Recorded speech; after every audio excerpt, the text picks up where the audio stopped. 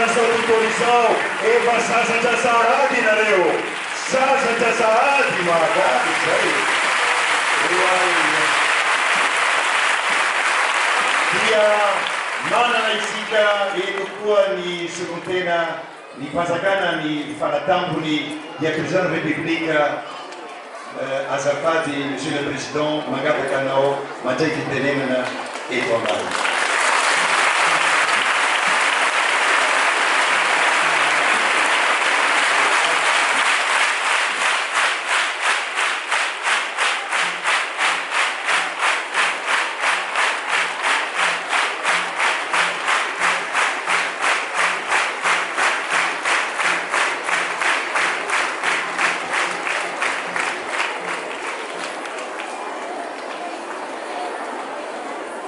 Son éminence, ses excellences, Yanaro révérend père, Yanaro frère, sœur avec Mitumbu, Yanaro Tuktera Tsap, Aridika Yanaro Akizi, toute classe de Kuvari, Narabanaro et Antena.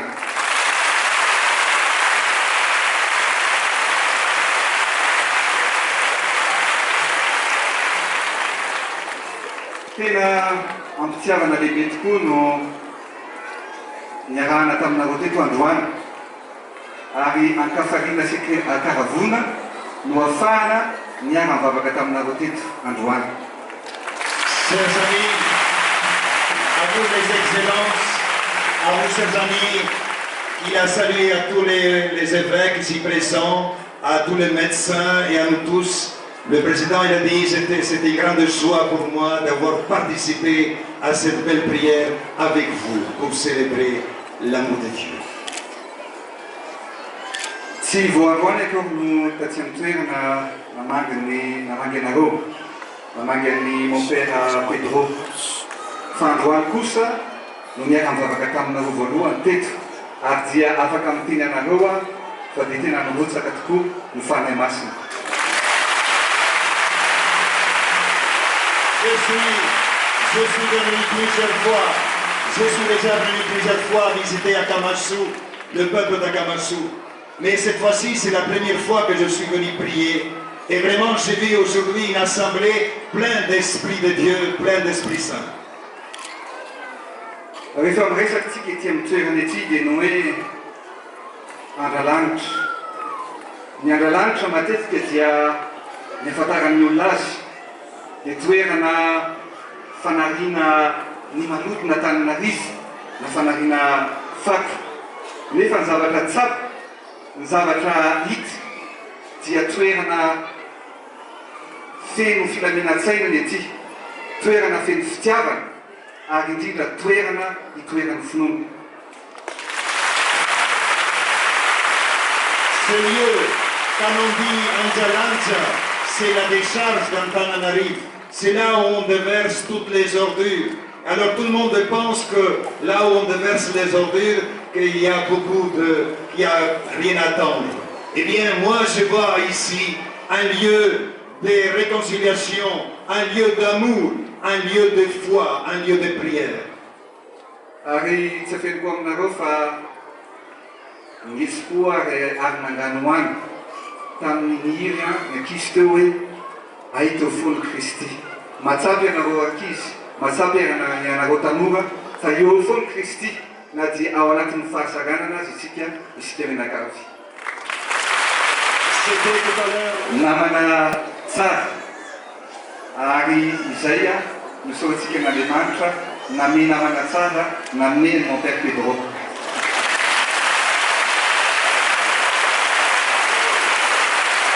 Je ne sais plus traduire. Si mon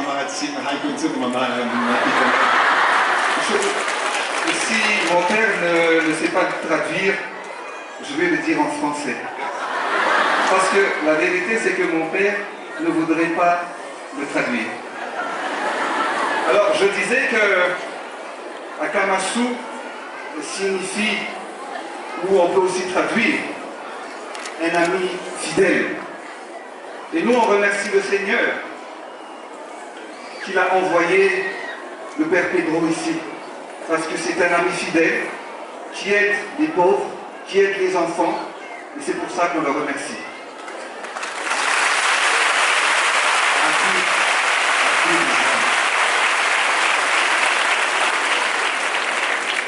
Lui, maturatika rehetra tsy moandro any dia ny hoe ny fivavahana fiaraham-bavaka indrindrindrindra ho an'ireo dokotera katolika.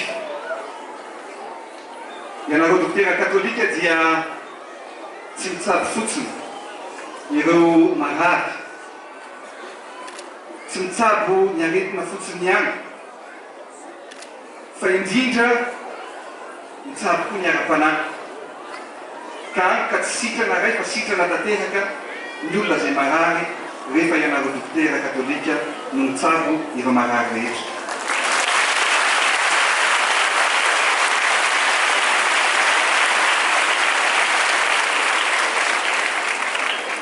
Koa mahereza ianareo amin'ny adidy masina izay angiandrekitanareo ka ny fofeny fitiavana sy ny fanetetenany no hibaiko anareo mandrakarivo.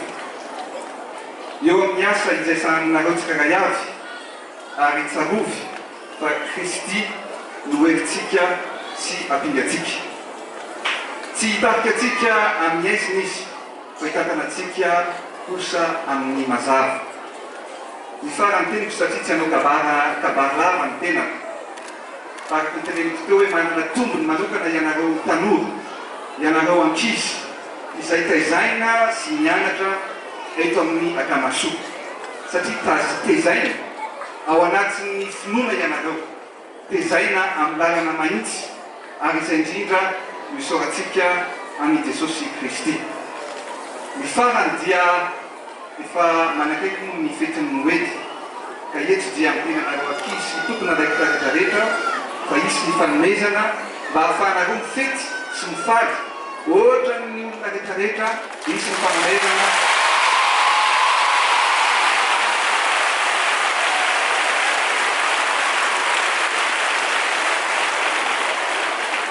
dia toy izany dia hisy ny fanomezana ho ampanatiaviny ety ary dia tsy misy ho adiny fa ianareo rehetrarehetra dia azo fanomezana avokoa.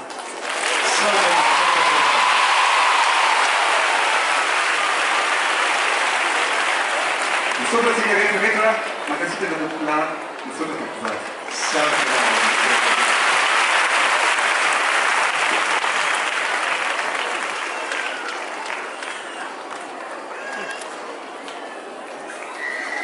Monsieur le Président, Monseigneur Simonski voudrait vous offrir une médaille du pontificat du pape Benoît XVI, la 7e année de son pontificat.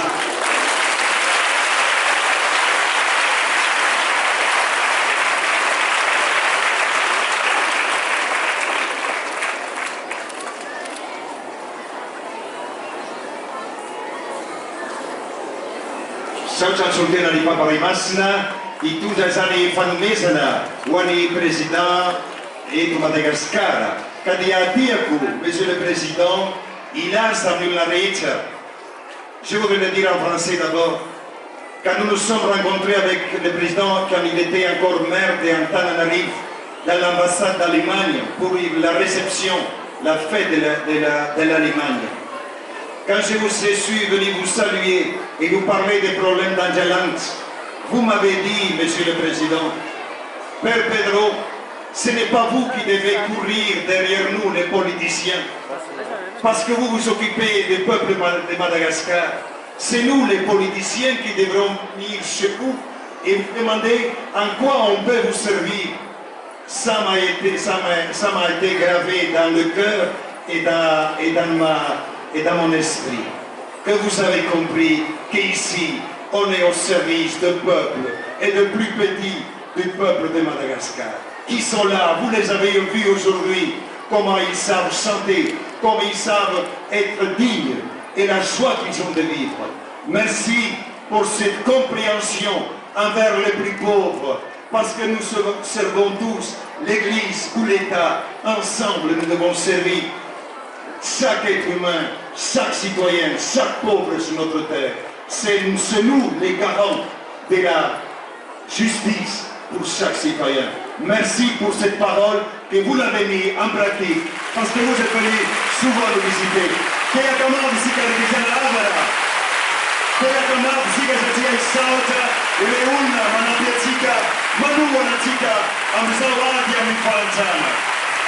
Merci Monseigneur Segmou. Vous êtes ici, Monseigneur Segmou, dans un lieu, il y a 23 ans, jour pour jour, ici, dans ces lieux, il y avait que souffrance, douleur et mort. Aujourd'hui, ce lieu est devenu un lieu de rassemblement, des gens de tout le monde.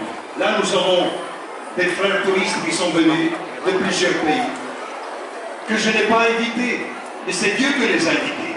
Tous les dimanches, il y en a 50, 100 frères de plusieurs pays du monde. Alors je dis, il faut qu'on se dépense parce qu'ils sont les invités de Dieu. Alors merci les invités de Dieu d'être là avec nous tous les dimanches. Ce lieu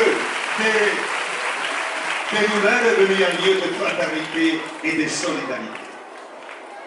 Ni Monseigneur Zygmunt de manolotra chapelet avy amin'ny mpamaragnasina dia mahampahina velosolo fahatsiarovana izao izao.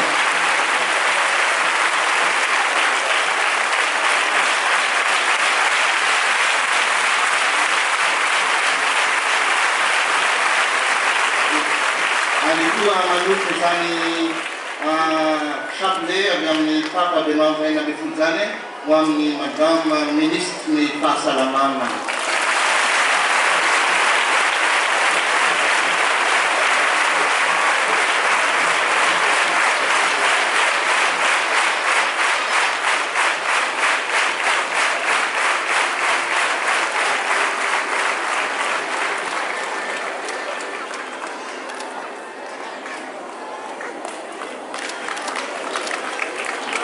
Dia mamerina ny fisaorana ny Père Pedro sy ny eto Akamasoa nandray anay amin'ny mpifanokafana ny assise de médecin eto katolika ity. Ary koa misaotra ny amin'ny radio Don Bosco napita mivantana izao zava-androany izao dia resitsika ny sodrany.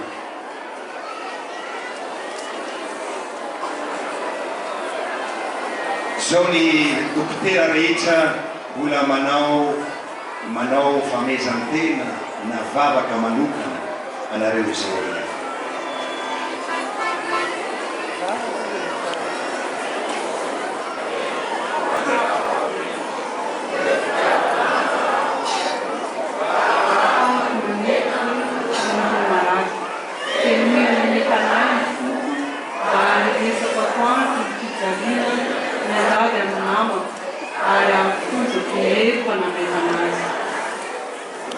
Faharetana tsy manapetra ary fo mangoraka sy mahafoy telo mba hanarakery hamonjy ny marary na devizana mafy aza.